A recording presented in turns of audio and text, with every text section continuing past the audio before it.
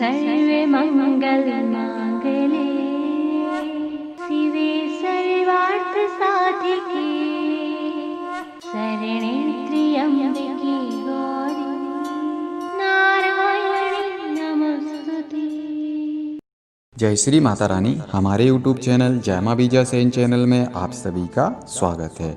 आइए आज हम आप सभी को एक ऐसी विशेष जानकारी देने वाले हैं जो ये जानकारी उन सभी लोगों के लिए जो लोग साधनाएं बहुत लंबे समय से निरंतर कर रहे हैं लेकिन अभी तक उनको किसी भी साधना में कोई भी क्षणिक मात्र का भी अनुभव प्राप्त नहीं हुआ है। तो इसका क्या कारण होता है, तो आज हम आप सभी को इन सभी स्थितियों के कारण भी बताते हैं और इनका समाधान भी बताते हैं। क्योंकि हमारे पास ऐसे बहुत सारे लोगों के कॉल आए जो लोग बता रहे थे कि बहुत लंबे समय से हम निरंतर साधनाएं कर रहे हैं लेकिन अभी तक हमें किसी भी साधना में कोई भी अनुभव नहीं हुआ है। तो इसका क्या कारण होता है, तो आज हम आप सभी को यही सब बताने वाले हैं कि इसका क्या कारण होता है और ऐसी स्थितियों से कैसे बचा जा सकता है और कैसे आप सभी साधनाओं में अनुभव प्राप्त कर सकते हैं। तो आइए आज हम आप सभी को ये स्थितियां बताते हैं। तो सबसे पहले हम आप सभी को कारण बता देते हैं कि अगर व्यक्ति बहुत लंबे समय से निरंतर साधनाएं कर रहा है लेकिन उसको साधनाओं में किसी भी प्रकार का कोई भी अनुभव नहीं होता है, वो कैसे भी साधनाएं कर लेता है लेकिन उसको अनुभव नहीं होता है, तो इसका मेन कारण यही होता है अगर वो व्यक्ति साधनाओं में नियमों का पालन नहीं करता तो ऐसे व्यक्तियों के लिए कभी भी कोई भी अनुभव नहीं होता है। नियम क्या होते हैं, जैसे कि जब आप साधना करते हैं आसन पर बैठते हैं तो आसन पर बैठने के बाद आपको आपकी रीढ़ की हड्डी कमर सीधी रखनी होती है, आपको बिल्कुल भी हिलना डुलना नहीं होता है।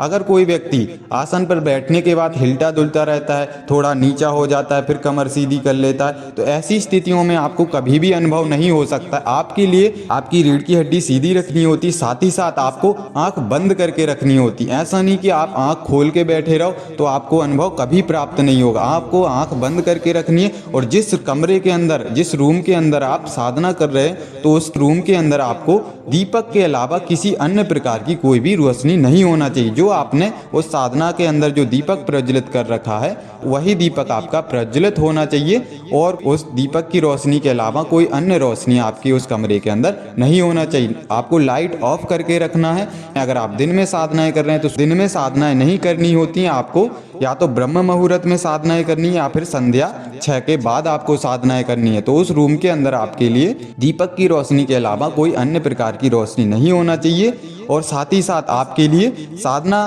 के दौरान आपको आसन पे से बार बार उठना भी नहीं चाहिए। अगर आप आसन पे से बार बार उठते हैं, ऐसी स्थितियां करते हैं, तो फिर आपको साधनाओं में अनुभव कभी प्राप्त नहीं होगा। क्योंकि बहुत सारे लोगों की जब हमारे पास कॉल आए, जब हमने उनसे पूछा कि आप साधना किस तरीके से करते हैं, क्योंकि उन्होंने हमें बताया कि हमें साधना करते वक्त या अभी तक हमने इतनी साधनाएं की हमें कोई भी अनुभव प्राप्त नहीं हो रहा, तो हमने उनसे यही पूछा कि आप साधनाएं कैसे करते हैं, आप हमें बताइए। क्या आप साधना जब आसन पर बैठते हैं तो आप कैसे बैठते हैं, हिलते दुलते हैं कि सीधे बैठे रहते हैं? तो बोले नहीं, हम तो हिलते दुलते रहते हैं। हमने कहा अच्छा। फिर हमने कहा आँख बंद करके रखते हैं कि आँख खुले रखते हैं? तो बोले कि आँख थोड़ा बंद कर लेते हैं, थोड़ी खोल लेते हैं। हमने कहा अच्छा। फिर हमने कहा ये बताइए, आपकी जो आपका कमरा है जिस रूम में आप साधना करते हैं तो उस रूम में क्या आप लाइट ओपन करके रखते हैं कि लाइट ऑफ करके रखते हैं? तो वो बोले कि नहीं, लाइट तो हम जला के रखते हैं क्योंकि हमें डर लगता है। तो हमने कहा अच्छा, तो फिर ऐसे कैसे आपको अनुभव प्राप्त होंगे? तो ऐसे बहुत सारे लोग यही नियमों का पालन नहीं करते हैं, ना ही वो लाइट ऑफ करते हैं। क्योंकि आपको हमेशा याद रखिए कि अगर आपको साधनाओं सिद्धियों में आपको अनुभव प्राप्त करने तो सबसे पहले आपको कमर सीधी रखनी है, अपनी रीढ़ की हड्डी सीधी रखनी है, साथ ही साथ आपको हिलना डुलना नहीं है और आंख बंद करके रखनी है। जब तक आप मंत्र जाप कर रहे हैं, जितना भी, चाहे आपको 108 माला जाप करनी हो या फिर 51 माला जाप करनी, जितनी भी माला आपको जाप करनी है, तो पूर्ण रूप से आंख बंद करके रखें। बिल्कुल भी आपको ऐसा नहीं कि आधी आंख बंद करके रखी, आधी आंख खोल के रखी, तो ऐसा बिल्कुल भी नहीं करना। आंख पूरी बंद होना चाहिए आपकी और साथ ही साथ आपको आंख तभी खोलनी है जब आपके लिए लगे कि हाँ हमारे दीपक में घी कम पड़ रहा है या फिर तेल कम पड़ रहा है, तो आप आंख खोल के देख सकते हैं। अन्यथा आप दीपक ऐसा यूज़ करें जिसमें आप एक ही बार घी डालें, तेल डालें, तो वो लंबे समय तक आपका जल सके, 3-4 घंटे तक। तो 3-4 घंटे तक ही आप कोई भी साधना करेंगे तो 3-4 घंटे तक ही बैठेंगे।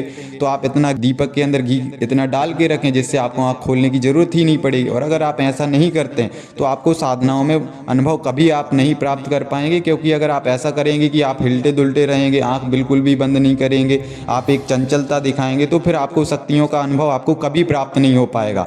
और साथ ही साथ बार बार आपके पैर दर्द कर जाते हैं और आप आसन पे से उठ के घूम फिर के फिर आसन पे बैठ जाते हैं, फिर थोड़ी देर बाद आसन पे से उठ के फिर घूम फिर के आ जाते हैं, तो ऐसे में आप कभी अनुभव प्राप्त नहीं कर पाएंगे, ना ही आप साधना सिद्धियों में सफलता प्राप्त कर पाएँ। क्योंकि उन लोगों का यही कारण था, वो बता रहे थे कि अरे हम बहुत लंबे समय से साधना कर रहे हैं पर अनुभव हमें बिल्कुल प्राप्त नहीं हो रहा, ना ही हमें साधनाओं सिद्धियों में सफलता मिल रही है। तब हमने उनसे यही सब पूछा तो उन्होंने यही सब बताया कि हम ऐसा करते रहते। तो ऐसी स्थितियों में आप बताइए कि कैसे आपके लिए साधना सिद्धियों में सफलता मिलेगी, कैसे आप साधनाओं में अनुभव प्राप्त करेंगे। कभी आप अनुभव भी प्राप्त नहीं कर सकते, ना ही आप साधना सिद्धियों में सफलता प्राप्त कर सकते अगर आप ऐसी स्थितियां करते हैं। तो सबसे पहले आपको यही नियम अपनाना है कि आपको रीढ़ की हड्डी सीधी रखनी है और आपके दीपक के अलावा उस रूम के अंदर कोई भी अन्य रोशनी नहीं होना चाहिए। साथ ही साथ आपको आंख बंद करके रखनी है, आपको एकाग्रचित रहना है। साथ ही साथ आपके लिए आसन पे ऐसे बार बार उठना नहीं है, और अगर आप उठते हैं तो एक आध बार उठ सकते हैं, अन्यथा बिल्कुल भी आपको नहीं उठना है। अगर आप चाहते हैं कि आपको कोई साधना सिद्धियों में सफलता मिले, आपको अनुभव प्राप्त हो, तो आपको आसन पर निरंतर जब तक आप जाप करते तब तक बैठ के रखें।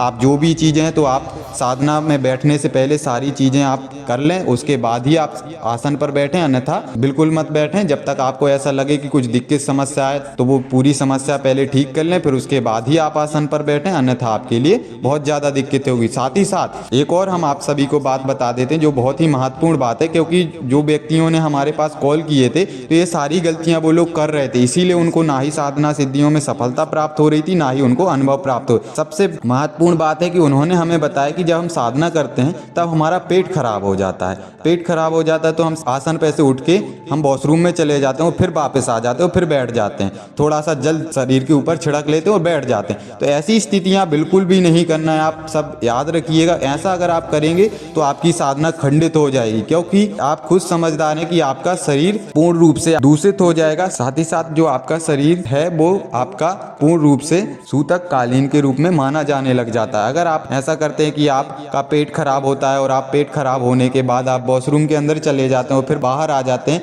तो ऐसी स्थिति में आपको स्नान करना बहुत ही अनिवार्य होता है, बहुत ही आवश्यक होता है। स्नान करने के बाद ही आप दोबारा आसन पर बैठ सकते हैं या फिर साधना कर सकते हैं। अगर आप ऐसा करेंगे कि पेट खराब होने के बाद आप वॉशरूम में जाते हैं और उसके बाद आने के बाद आप थोड़ा सा शरीर के ऊपर जल छिड़क लेते हैं, उसके बाद फिर आसन पर बैठ जाते हैं, तो ऐसे में आपकी साधना खंडित होने के पूर्ण चांसेस होते हैं और वो कहीं ना कहीं आपका साधना खंडित हुई हो जाती। कहीं ना कहीं वो नकारात्मक शक्तियाँ जो आपके आसपास घूम रही होती वो आपका जाप चुरा लेती हैं या फिर ऊर्जा चुरा लेती हैं, जिससे आपकी जो ऊर्जा बनी होती है वो सुसुप्त हो जाती है। जो मंत्र जाप करने से आपका मंत्र में तीक्ष्णता आ रही होती है वो तीक्ष्णता कम हो जाती है। तो ऐसी स्थिति कोई भी व्यक्ति ना करे। अगर किसी व्यक्ति के साथ में ऐसी स्थितियां घटित होती हैं तो वो व्यक्ति आसन पे से उठने के बाद पूर्ण रूप से शक्ति से अनुमति लेने के बाद वॉशरूम में जाए, उसके बाद स्नान ध्यान करके ही बाद में आसन पर बैठे, अन्यथा उसकी साधना खंडित हो जाएगी। साथ ही साथ वो जो उसने जितना भी जाप किया होगा वो भी धीरे धीरे सुसुप्त हो जाएगा, वो तीक्ष्णता उसकी कम हो जाएगी। तो ऐसा कोई भी व्यक्ति ना करे, क्योंकि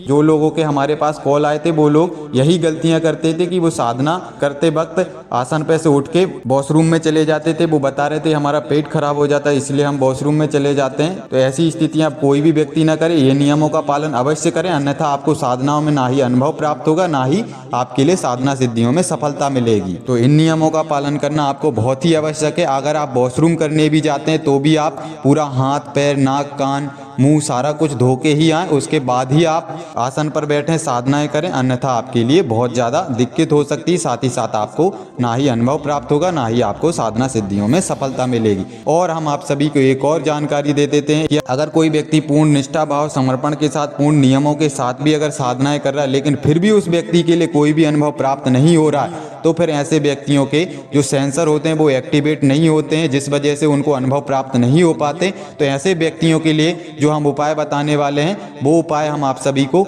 आने वाली अगली वीडियो में देंगे, जो उपाय आप सभी के लिए साधना और सिद्धियों को करने पर आपको अनुभव भी प्राप्त होंगे, साथ ही साथ आपके लिए साधना सिद्धियों में सफलता भी मिलेगी। तो वो प्रयोग हम आप सभी को अगली वीडियो में दे देंगे, जिससे आप सभी के सेंसर भी एक्टिवेट होने लग जाएंगे। साथ ही साथ आप कोई भी साधना करेंगे तो उस साधना में फिर आपको अनुभव भी प्राप्त होगा, साथ ही साथ आपको साधना सिद्धियों में सफलता भी जल्दी प्राप्त होने लग जाएगी। तो जब तक के लिए आप सभी को जय श्री माता रानी, खुश रहिए।